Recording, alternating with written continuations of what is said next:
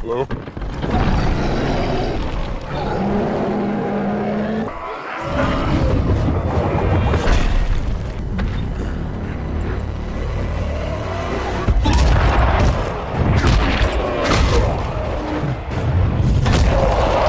तो मूवी के स्टार्ट में हम एक लड़की जेन फोस्टर को देखते हैं। उसके साथ उसके प्रोफेसर और उसकी असिस्टेंट भी होती है। वो लोग खुले आसमान के नीचे कोई रिसर्च कर रहे होते हैं। तभी उन्हें आसमान से कोई लाइट निकलती हुई दिखाई देती है और तभी वहाँ पर एक बहुत बड़ा टोर्नेडो आता है और उसमें से एक आदमी बाहर आकर गिरता है जिसने कपड़े तक नहीं पहने होते और प्रोफेसर उनको कुछ कपड़े पहनाता है। अब यहाँ से स्टोरी आती है पास्ट में और हमें मिडगार्ड का सीन दिखाया जाता है। ऐसा किंगडम और ऐसी दुनिया जो कि जमीन से ऊपर है उसे एस्गार्ड कहते हैं और मिडगार्ड उससे नीचे वाली दुनिया यानी जमीन को कहते हैं। वहाँ पर कुछ फ्रोस्ट जायंट का अटैक होता है क्योंकि वो मिडगार्ड पर कब्जा करना चाहते थे, लेकिन तभी वहाँ पर एस्गार्ड से किंग आता है जिसका नाम किंग ओडिन होता है और उन सब जायंट से लड़कर उन्हें हरा देता है। इन जायंट्स के लीडर का नाम लोफी होता है और किंग ओडिन लोफी को पूरी तरह से हरा देता है और उसके पास एक खतरनाक वेपन भी होता है जिसे किंग ओडिन अपने पास रख लेता है। इनफैक्ट ये वेपन किसी भी लीडर की ताकत हुआ करता है और हर किंगडम के पास उसका अलग वेपन होता है।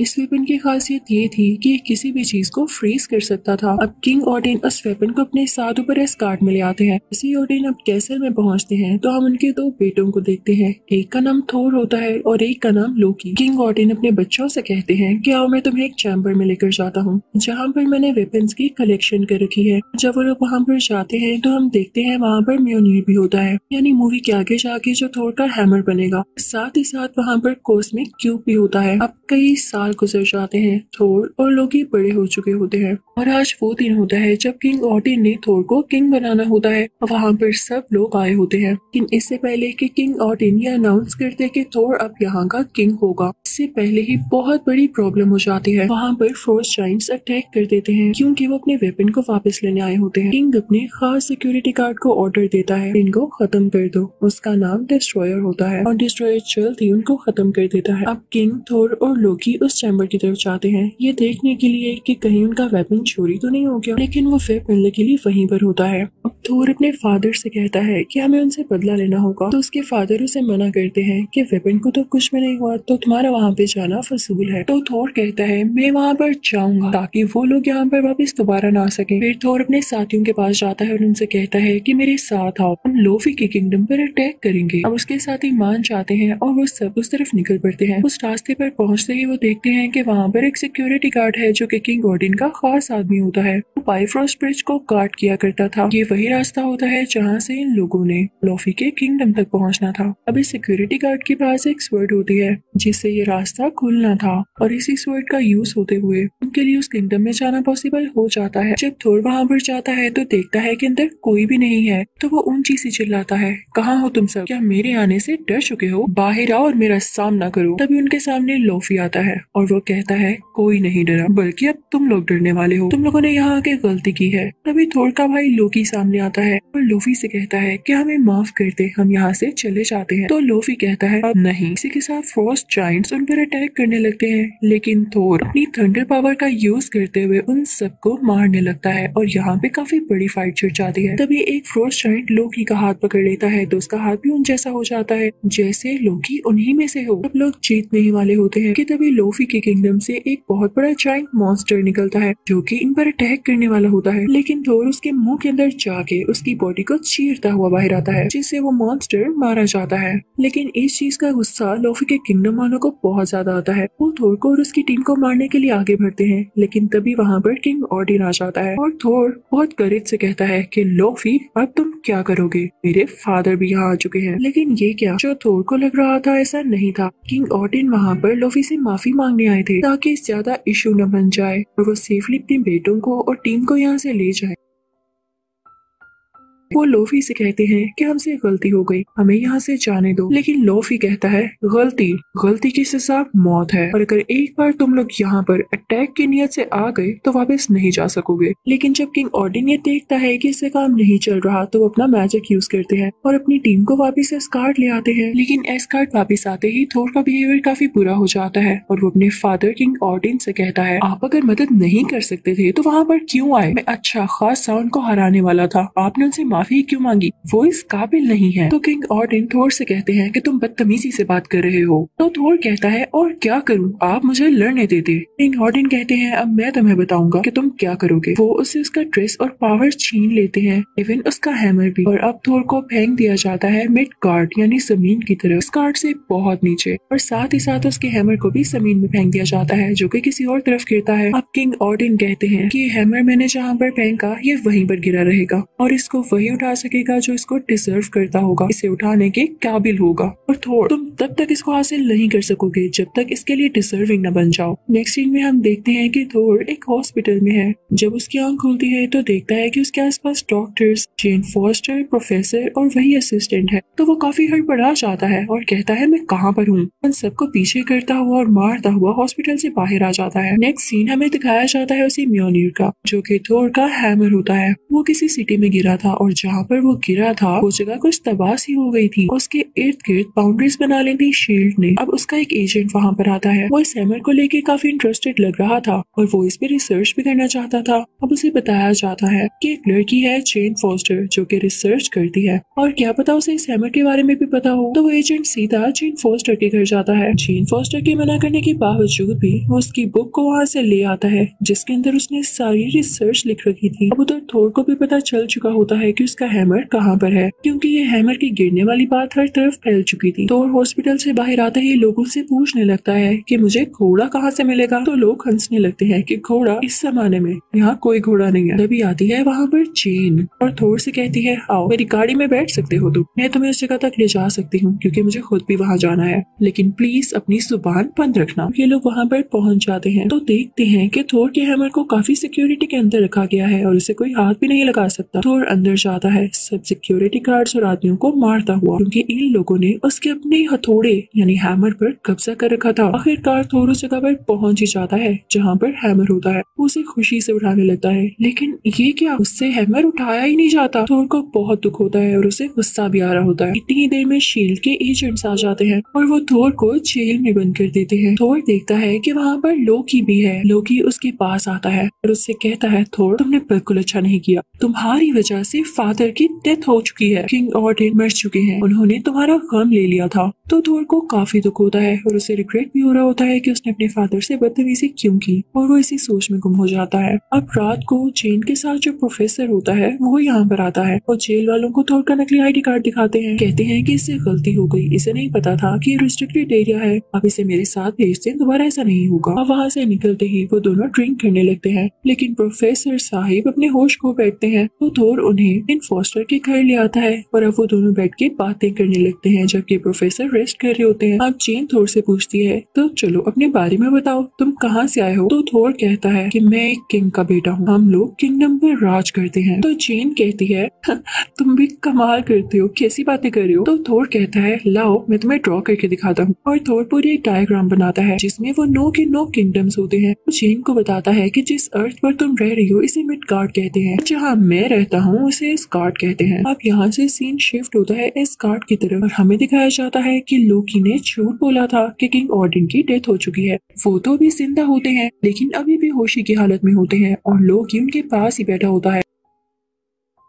वहाँ पर लोकी के जहन में ये सोच चल रही होती है कि वो किंग ऑर्डिन को ही मरवा देगा क्योंकि वो चाहता है कि उनका बेटा और किंग बने, और लोकी क्योंकि उनका असली बेटा नहीं होता इसीलिए वो लोकी को किंग नहीं बनाना चाहते। लोकी प्लान कर रहा होता है कि वो किंग को मरवा देगा और खुद यहाँ पर रूल करेगा क्योंकि थोर तो पहले ही जमीन पर है। वो वहाँ से उस चैम्बर में जाता है जहाँ पर वो फ्रीजिंग गैजेट होता है यानी लूफी का वेपन, और उसको लेकर अब वो पहुंच जाता है पाथवे पर जहाँ पर वो सिक्योरिटी गार्ड उस रास्ते को गार्ड कर रहा होता है। वो लोकी को मना करता है कि सॉरी मैं आपके लिए दरवाजा नहीं खोल सकता। तो लोकी कहता है अच्छा वो ये लो। इसी के साथ ही वो उस वेपन का यूज करते हुए इस बेचारे सिक्योरिटी गार्ड को जमा देता है। उसकी स्वर्ड लेकर पहुंच जाता है उसी किंगडम में यानी लोफी के इलाके। वो वहाँ जाके लोफी से कहता है कि तुम्हें मेरे लिए एक काम करना होगा, तुम किंग ऑर्डिन को मार डालोगे, जैसे ही तुम ये करोगे तो मैं तुम्हें तुम्हारा वेपन लौटा दूँ, इस तरह से तुम्हारे पास भी तुम्हारी पावर्स आ जाएंगी और मैं भी किंग बन जाऊंगा। तो लोफी कहता है डील तो अच्छी है, मैं इसे एक्सेप्ट करता हूँ। लोकी वहाँ से वापस आ जाता है तो उसे थोर के दोस्त रोक लेते हैं और कहते हैं कि कितनी शैतानी सोच है तुम्हारी, तुम जो भी कर रहे हो हमें वो पता है। तो लोकी उनको खामोश करवा देता है ये कह के कि जल्द ही मैं तुम लोगों का किंग बनने वाला हूँ, इसलिए खामोश ही रहो तो बेहतर है। लेकिन थोर के साथी भी उसकी तरह ब्रेव होते हैं। वो जाते हैं मिडगार्ड थोर को सब कुछ बताने के लिए। वो थोर को बताते हैं कि लोकी असल में चाह क्या रहा है, उसने ये सारा सीन क्रिएट किया है ताकि वो किंग बन सके। तो थोर को तो ये सुन के बहुत गुस्सा आ जाता है। इस बात की खबर लोकी को भी हो जाती तो वो बादशाह के खास सिक्योरिटी गार्ड के पास जाता है जो कि मेटल से बना होता है, डिस्ट्रॉयर। अब लोकी उसे कहता है कि जमीन पर जाओ और थोर और उसके साथियों को मार डालो। तो डिस्ट्रॉयर लोकी की बात मानते हुए मिडगार्ड पर जाता है। वो थोर के साथियों के सामने जाके उसको मारने ही वाला होता है कि तभी थोर सामने आ जाता है और वो कहता है डिस्ट्रॉयर रुक जाओ और मुझसे मुकाबला करो। डिस्ट्रॉयर को क्या फर्क पड़ना था, थोर को हिट करता है और थोर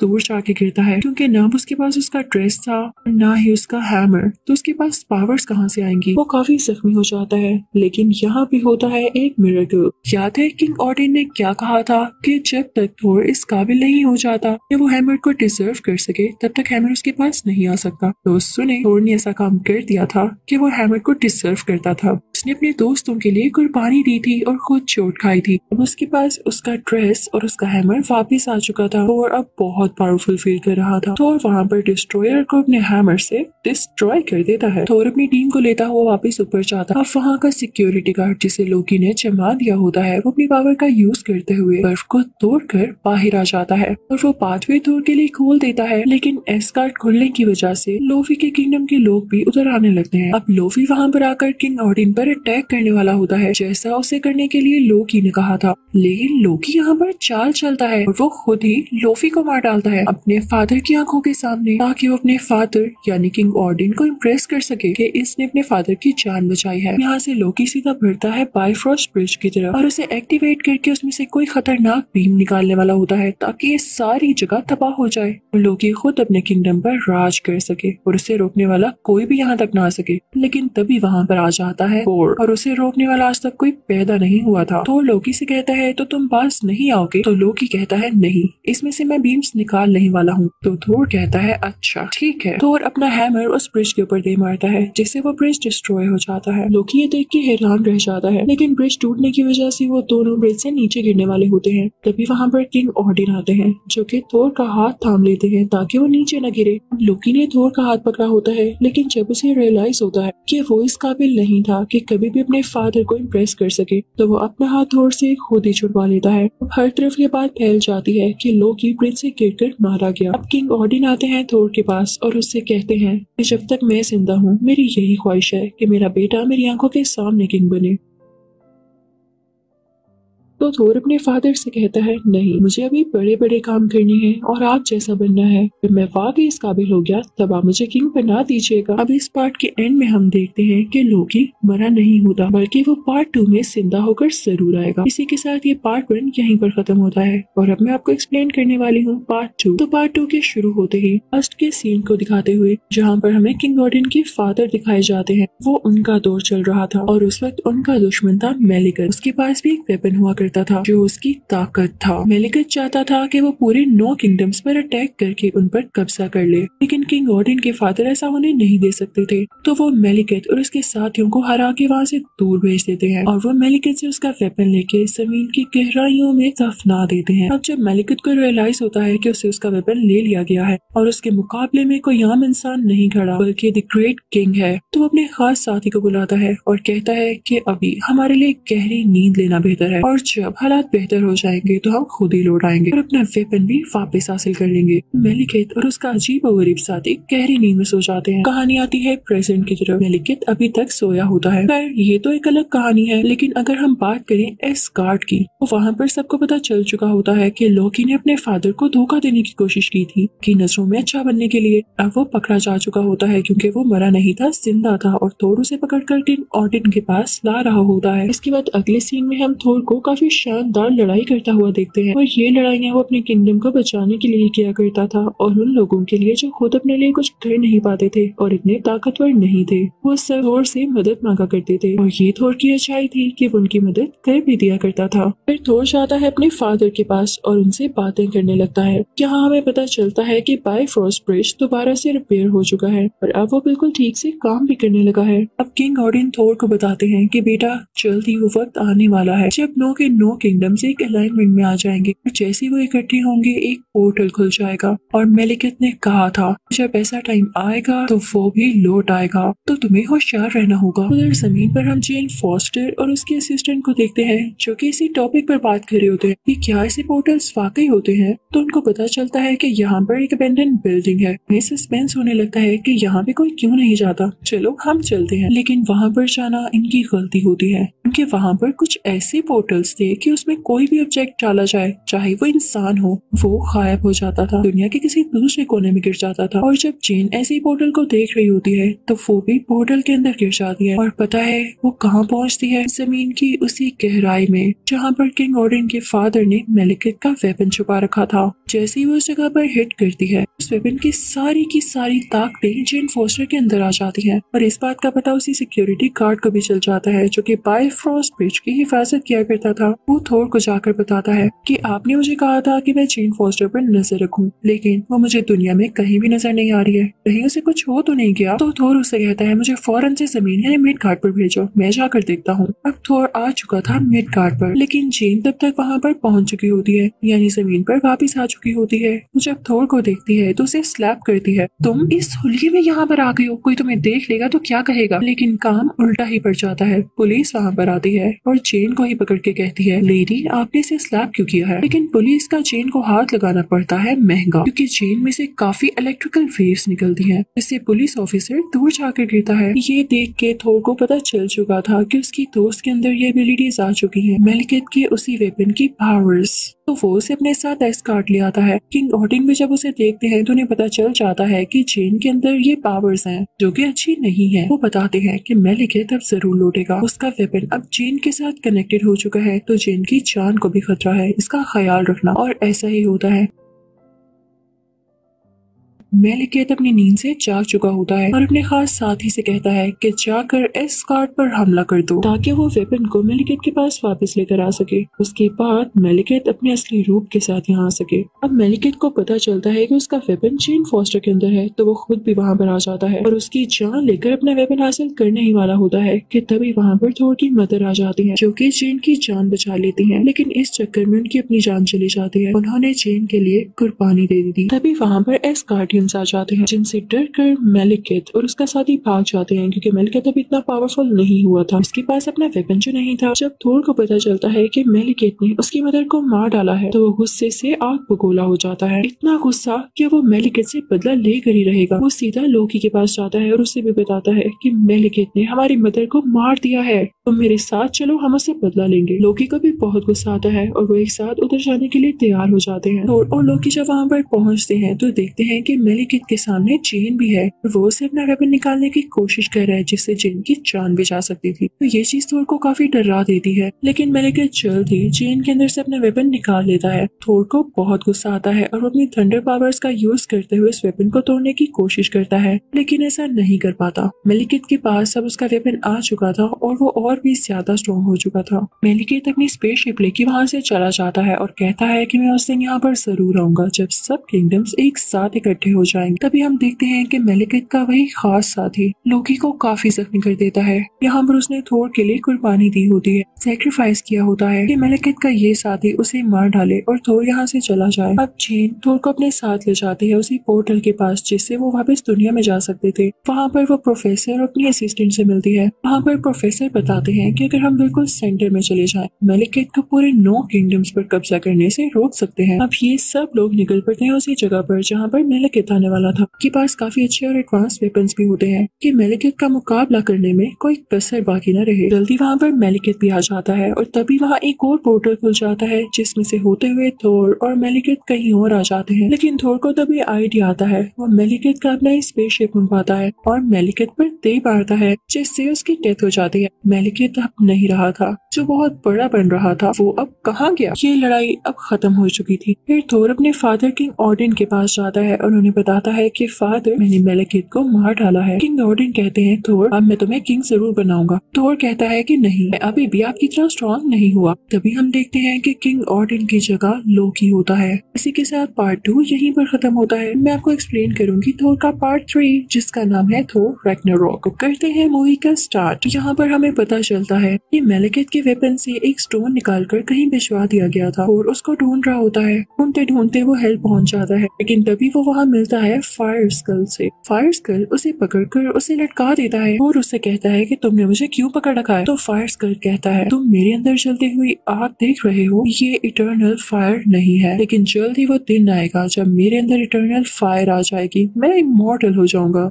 याद रहे, मैं हर किंगडम पर कब्जा कर लूंगा। तुम क्या, तुम्हारा कोई किंगडम नहीं बचेगा। तो थोर उससे पूछता है, तुम्हें गरूर किस बात का है। तो फायर स्कल कहता है, ये मेरे सींग देख रहे हो, कितने खूबसूरत है, यही तो मुझे ताकत देते हैं। तो थोर कहता है, मैं अपनी ताकत दिखाऊं। इसी के साथ वो अपना हाथ खोलता है और उसके हाथ में उसका प्यारा हैमर आ जाता है। सच में वो हैमर थोर को बहुत प्यारा होता है। थोर अब फ्री हो जाता है और फायर स्कल के सामने जाता है। फायर स्कल अपने बाकी साथियों को भी बुलाता है जो कि फायर से ही बने होते हैं। थोर से लड़ाई करने लगते हैं और इनको बड़ी आसानी से हरा देता है। तभी वहाँ पर एक ड्रैगन आ जाता है जो कि थोर की जान लेना चाह रहा होता है, लेकिन तभी थोर को आइडिया आता है। कहता है कि मेरे अलावा मेरे हैमर को कोई नहीं उठा सकता। उस ड्रैगन के मुंह में अपना हैमर रख देता है ताकि उसके वजन से वो नीचे गिर जाए, और ऐसा ही होता है, ड्रैगन नीचे गिर जाता है। फिर थोर बढ़ता है उसी फायर स्कल की तरफ, अपने हैमर का यूज करते हुए उसे भी खत्म कर डालता है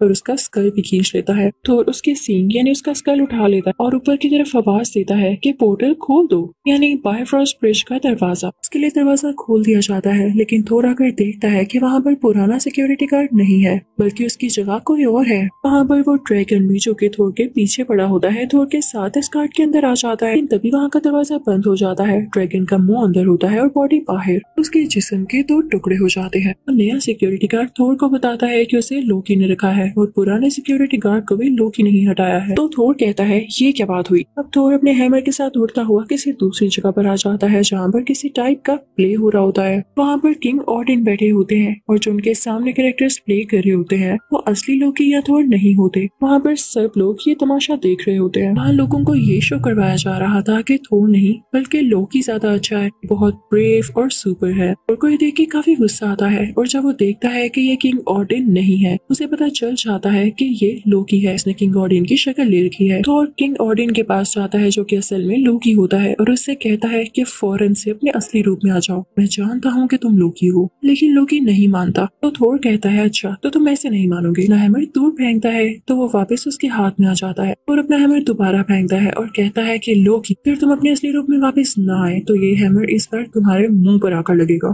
तो लोकी डरता हुआ अपने असली रूप में आ जाता है। सब लोग देख के काफी हैरान रह जाते हैं। तभी तो लोकी की तरफ आगे बढ़ता है और कहता है कि मुझे बताओ मेरे फादर कहाँ हैं? तुम उनका रूप लेके क्यों फिर रहे हो? कहीं तुमने तो उन्हें कहीं छुपा कर नहीं रखा? तो लोकी कहता है, थोर मुझे नहीं पता वो कहाँ है, लेकिन हम मिलकर उन्हें ढूंढ सकते हैं। अब नेक्स्ट सीन में हम देखते हैं कि वो दोनों किसी सिटी में आ जाते हैं। ये प्रेजेंट वर्ल्ड होती है। वहीं जमीन पर एक पोर्टल खुलता है तो लोकी उसके अंदर चला जाता है और थोर को वहाँ जमीन पर पड़ी हुई एक चिट मिलती है जिस पर कोई एड्रेस लिखा होता है और उसी को फॉलो करने लगता है। थोर जब वहाँ पर पहुँचता है तो देखता है कि वहाँ पर तो डॉक्टर स्ट्रेंज है। थोर उनसे अपने फादर के बारे में पूछता है तो डॉक्टर स्ट्रेंज कहते हैं कि हाँ मैं जानता हूँ वो कहाँ पर है। तभी वहाँ पर डॉक्टर स्ट्रेंज एक पोर्टल ओपन कर देते हैं जिसमें से लोकी गिरता है। अब वो इन दोनों को यानी थोर और लोकी को एक जगह पर भेज देते हैं जहाँ पर वाकई में किंग ऑडिन होते हैं। जब किंग ऑडिन अपने बेटों को देखते हैं तो कहते हैं कि बस मैं अब मरने वाला हूँ, मेरे पास ज्यादा वक्त नहीं रहा। तो थोर अपने फादर से कहता है, आप ऐसी बातें क्यों कर रहे हैं? क्या आपको पता है मैंने फायर स्कल को भी मार दिया है जो कि बातें कर रहा था कि वो रैग्नारॉक बनेगा। तो किंग ऑडिन कहते हैं कि थोर तुमने उसे मार दिया, लेकिन क्या उसने तुम्हें ये नहीं बताया कि जब उसे इटर्नल फायर मिलेगी तो वो जिंदा होकर वापस आएगा और इसके लिए हमें होशियार रहना होगा। किंग ऑडिन ये भी कहते हैं मैं तुम्हें एक और लड़की के बारे में बताता हूँ जो कि शैतानी ताकतें रखती है और उसका नाम है हेला। वो हेल से है। मैंने उसे कैद किया हुआ था लेकिन अब मेरे मरने का वक्त आ चुका है और वो मेरी कैद से आजाद हो जाएगी। तुम लोगों को उससे भी बचना होगा। इसी के साथ किंग ऑडिन गोल्डन डस्ट में बदल जाते हैं, वहाँ से दूर कहीं चले जाते हैं। यानी अब किंग गॉर्डन भी नहीं रहे थे और इन दोनों को ही हेला से अकेले लड़ना था। और तभी वहाँ पर हेला आ जाती है जिसने ब्लैक ड्रेसिंग कर रखी होती है। वाकई उसका नाम उसकी पर्सनैलिटी के साथ काफी सूट कर रहा था। वो थोर और लोकी से कहती है मेरे आगे झुक जाओ, तो लोकी कहता है हर किस नहीं, और थोर अपना हथौड़ा यानी हैमर उस चुड़ैल की तरफ फेंकता है, लेकिन हेला उसे फौरन से टुकड़े टुकड़े कर देती है।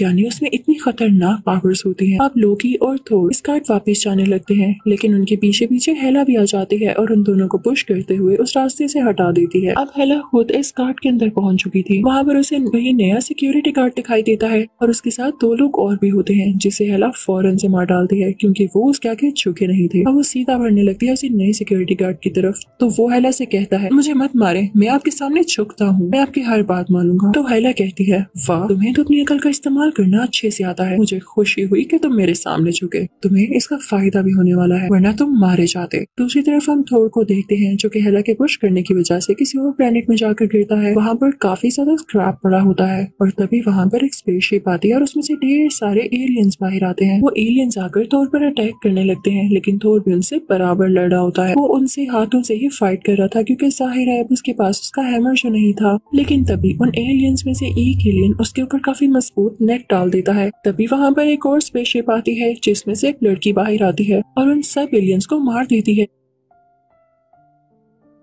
वो थोर को अपने साथ ले जाती है। अब वो लड़की थोर को इसी प्लेनेट के ग्रैंड मास्टर के पास लेकर आती है जो कि यहाँ रूल किया करता। तो वो थोर को एक कुर्सी के साथ बांध देते हैं। जो लड़की थोर को ग्रैंड मास्टर के पास लेकर आई होती है उसका नाम उल्काई होता है। उसे ऐसा करने के पैसे मिलते हैं। वहाँ पे ग्रैंड मास्टर थोर को बताता है कि मैंने यहाँ पर तुम्हें इसलिए बुलाया क्योंकि मैं रेसलिंग कॉम्पिटिशन करवाता हूँ और मुझे तुम्हें देखने से लग रहा है कि तुम काफी स्ट्रॉन्ग हो, काफी ताकत है तुम में, तो तुम्हें मेरे लिए लड़ना होगा। तो थोर कहता है नो, मुझे कोई इंटरेस्ट नहीं, मुझे बस अपने किंगडम वापस जाना है, मुझे छोड़ दो तुम। तो ग्रैंड मास्टर कहता है तुम्हें छोड़ दूं। तभी थोर की नजर पड़ती है लोकी पर जो वहाँ पर ही होता है। तो थोर ग्रैंड मास्टर से कहता है कि ये देखिए मेरा भाई भी यहाँ पर है, आप इसे क्यों नहीं उस कॉन्टेस्ट में रख लेते, ये भी काफी स्ट्रॉन्ग बनता है। तो लोकी कहता है नहीं नहीं, मैं इसका भाई नहीं हूँ, ये झूठ बोल रहा है। तो ग्रैंड मास्टर कहता है जो भी है मुझे इससे कोई कंसर्न नहीं, थोर मुझे तुमसे मतलब है क्योंकि मैं जानता हूँ तुम गॉड ऑफ थंडर हो। और फिर भी मना कर रहा होता है। तो ग्रैंड मास्टर कहता है अच्छा चलो सुनो, अगर तुम मेरे लिए कॉन्टेस्ट लड़ते हो और इसमें जीत जाते हो तो मैं तुम्हें एक बिल्कुल नई स्पेसशिप दूंगा जिसमें तुम एस्गार्ड वापस जा सकोगे। तो थोर कहता है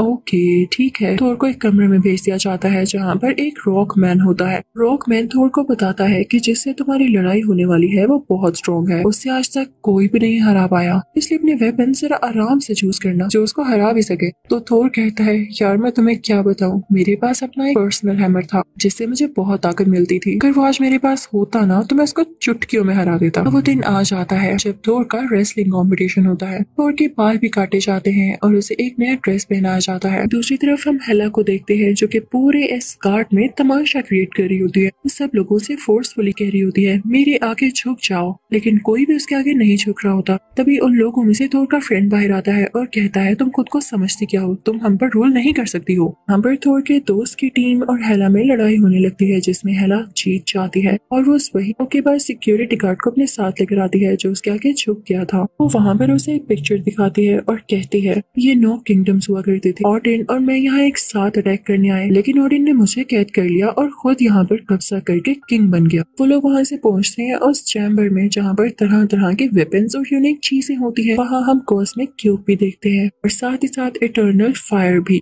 जिसे देख के हेला बहुत खुश होती है और उसमें से थोड़ी सी फायर लेके मैं इनको तोड़ते हुए उसके अंदर चली चली जाती है। वो उस जगह पर गई होती है जहाँ पर उसके साथियों को मार दिया गया था। वो आग को चारों तरफ फैला देती है और वहाँ पर सब मरे हुए लोग जिंदा होने लगते हैं। साथ ही साथ उसका एनिमल पेट भी, जो कि एक ब्लैक वुल्फ होता है, वो काफी जायंट और खतरनाक दिख रहा होता है। अब हेला उसे धोखेबाज सिक्योरिटी गार्ड को अपना साथी बना लेती है और सीधा बायफ्रॉस्ट ब्रिज की तरफ जाती है। तो उन्हें पता चलता है कि यहाँ पे वो स्वर्ड तो है ही नहीं जिससे ये दरवाजा खुलता है, और उसे पता है कौन ले गया था जिसकी ये तलवार थी। जी हाँ, वही पुराना सिक्योरिटी गार्ड। वो अपने साथ बाकी बचे हुए गार्डियंस को भी ले गया था क्योंकि वो जानता था कि इन लोगों को हेला से खतरा होने वाला है। फिर हम वो सीन देखते हैं जब थोर की लड़ाई शुरू होने वाली होती है, लेकिन उससे पहले वो वल्कैरी से मिलता है। उसके हाथ पर देखता है कि कोई निशान है, और ऐसा निशान तो एस गार्डियन के फाइटर्स के हाथ पर होता है। और उसे कहता है कि तुम तो अपनी बंदी हो, तुम मुझे इस तरह से यहाँ पर क्यों लाई। उसे समझ आ जाता है कि वल्कैरी ने ये सब पैसों की खातिर किया। उसकी बातों को इग्नोर करते हुए वहाँ से चली जाती है और उसको बचाने के लिए कोई बात नहीं करती। अब लड़ाई शुरू हो जाती है। थोर देखता है कि उसके ऑपोजिट कोई और नहीं बल्कि हल्क है, तो वो खुशी से चिल्लाता है, वाह हल्क तुम। क्योंकि थोर और हल्क की काफी अच्छी अंडरस्टैंडिंग और दोस्ती होती है, लेकिन यहाँ पर हल्क उसे पहचानता ही नहीं। वक्त के साथ सब बदल जाता है। उन दोनों में बहुत ज्यादा फाइट होने लगती है। हल्क काफी जायंट होने की वजह से थोर को बहुत ज्यादा पंचेस मार रहा होता है। क्योंकि थोर के पास न उसका हैमर होता है न उसकी पावर्स, तो वो काफी हारने लगता है। काफी चोटें भी लगने लगती है। तभी वो बेहोश होने वाला होता है। उसे उसके फादर यानी किंग ऑर्डिन का विजन आता है और उसकी पावर्स वापस आने लगती हैं। थोर भी अब उठ के हल्क को मारने लगता है, लेकिन ग्रैंड मास्टर ये देख के खुश नहीं होता। वो थोर को एक इलेक्ट्रिकल शॉक देता है क्योंकि वो नहीं चाहता था वो हल्क को हरा दे, क्योंकि हल्क सालों से जीतता आ रहा था। अब हम देखते हैं कि थोर बेहोश होने के बाद जब उठता है तो देखता है कि वो हल्क के कमरे में ही है। वो हल्क से कहता है कि तुम यहाँ कैसे आए। हल्क उसे बताता है जेट प्लेन के थ्रू। थोर भी वहाँ से बाहर निकलने की कोशिश करता है, लेकिन इलेक्ट्रिकल फील्ड्स लगे होने की वजह से वो नहीं निकल पाता। तभी थोर दोबारा आंखें बंद करता है तो उसे विजन में वही पुराना सिक्योरिटी गार्ड आता है जो उसे अपने साथ ले जाता है और दिखाता है कि देखो इस गार्ड की हालत कितनी खराब है। हेला ने हर तरफ तबाही मचा दी है, हमें तुम्हारी जरूरत है, तुम्हें वापस लौटना होगा। अब जब थोर अपनी आंखें खोलता है तो देखता है वो हल्क के रूम में ही है। वो वहाँ से बाहर जाने की दोबारा से कोशिश करने लगता है और वल्कैरी से भी कहता है, लेकिन वो उसे कुछ नहीं बताती। तो थोर खुद ही विंडो से जंप करता हुआ नीचे आ जाता है और जेट प्लेन की तरफ भागने की कोशिश करता है। वो प्लेन के पास पहुंच ही जाता है, लेकिन तभी पीछे पीछे हल्क भी आ जाता है जो कि उसे पकड़ने आ रहा। लेकिन थोर वहाँ पर एक वीडियो प्ले करता है तो हल्क वो वीडियो देखकर इंसान बन जाता है, यानी ब्रूस। उधर ग्रैंड मास्टर को ये लग रहा होता है कि थोर उनके सबसे खास क्रिएचर को पकड़ के अपने साथ ले गए फायदे के लिए। तो वल्कैरी और लोकी से कहते हैं कि थोर को मेरे पास पकड़ कर लाओ, चाहे उसे जिंदा लेकर आओ या मार कर लेकर आओ। अब लोकी और वल्कैरी बाहर आते हैं, लेकिन लोकी उस लड़की को बताता है कि मैं और थोर असली भाई हैं और मैं उसे मरने नहीं दे सकता। ये दोनों भी एक टीम बन जाते हैं और थोर के पास जाते हैं। अब थोर, ब्रूस, वल्कैरी, लोकी और साथ कुछ और लोग से ग्रैंड मास्टर का स्पेसशिप चुराते हैं और एस गार्ड के लिए निकल पड़ते हैं। दूसरी तरफ हम हेला को देखते हैं जो कि एस गार्डियंस को तंग कर रही होती है और उन्हें जान से मारने की धमकी दे रही होती है। वो सब लोगों से पूछती है कि मुझे बताओ वो स्वर्ड कहाँ पर है, वो सिक्योरिटी गार्ड इसे कहाँ लेकर गया। तो तभी उनमें से एक आदमी बाहर आता है और कहता है कि हम लोगों को मत मारो, मैं तुम्हें बता देता। तो हेला उस लोकेशन पर पहुंच जाती है। वहाँ वो सिक्योरिटी गार्ड भी होता है जिसके पीछे वो आई होती है, लेकिन तभी वहाँ पर थोर का स्पेसशिप भी आ जाता है। वल्कैरी कहती है कि मैं हेला से लड़ूंगी, लेकिन तभी हम देखते हैं कि सामने से वही ब्लैक वुल्फ आ रहा होता है जो कि उन पर हमला करने वाला था। तो ब्रूस कहता है इसे मैं देख लूंगा। ऐसे नीचे जंप करता है तो गिर जाता है क्योंकि वो हल्क नहीं बना होता और वुल्फ उसे क्रॉस करता हुआ आगे बढ़ने लगता है, लेकिन जल्दी पीछे से ब्रूस हल्क में बदल जाता है और उस ब्लैक वुल्फ से लड़ने लगता है। दूसरी तरफ लोकी भी एक स्पेसशिप ले आया होता है और वो सारे गार्डियन से कहता है कि आप सब इसके अंदर चले जाएं ताकि आप सेफ रहें। तभी हम उस धोखेबाज सिक्योरिटी गार्ड को देखते हैं जो कि हेला के साथ मिल गया था, लेकिन अब वो हेला के खिलाफ हो जाता है जब देखता है कि एस गार्डियंस कितने इनोसेंट है और थोर कितनी मेहनत कर रहा है। वो हेला से ही लड़ने लगता है, लेकिन हम देखते हैं कि हेला थोर का गला दबा देती है और उससे काफी लड़ाई करती है। थोर यहाँ कमजोर पड़ रहा होता है क्योंकि उसके पास उसका हैमर नहीं होता और हेला काफी स्ट्रॉन्ग होती है। लेकिन तभी उसे एक विजन आता है जिसमें उसे अपने फादर दिखाई देते हैं और तभी उसमें थंडर की पावर्स आ जाती हैं और वो काफी ज्यादा ताकतवर हो जाता है। बाहर आकर उस ब्रिज पे जोरदार पंच मारता है कि डिस्ट्रॉय हो जाए, कि सब कुछ यहीं खत्म हो जाए। लेकिन तभी उसे याद आता है कि उसके फादर ने कहा था फायर स्कल लौट कर आएगा। तो वो लोकी से कहता है जब तक फायर स्कल यहाँ नहीं आएगा ये सब खत्म नहीं हो सकेगा, तो फौरन से उसे इटर्नल फायर देकर यहाँ पर लाओ। अब लोकी चाहता है और उसके स्केलेटन को इटर्नल फायर में रख देता है जिससे फायर स्कल दोबारा से जिंदा हो जाता है। वो यहाँ पर आ चुका होता है और हेला उसे देख के काफी डरने लगती है। वो आते ही अपनी तलवार एस्गार्ड के अंदर घुसा देता है, जिससे हेला भी मारी जाती है और इसकी वजह से एस्गार्ड भी डिस्ट्रॉय हो चुका होता है और हर तरफ आग लग जाती है। हम थोर को देखते हैं जो कि स्पेसशिप में एस्गार्डियंस और अपनी टीम के साथ होता है। वो कहता है कि अब हम सेफली जमीन पर रहेंगे, तो एस्गार्डियन उसे कहते हैं कि आप हमारे किंग हैं। यहाँ पर थोर फाइनली एस्गार्डियंस का किंग बन जाता है। इसी के साथ ये मूवी यहीं पर एंड होती है। थोर के तीनों पार्ट्स कंप्लीट होते हैं। Thank you for watching.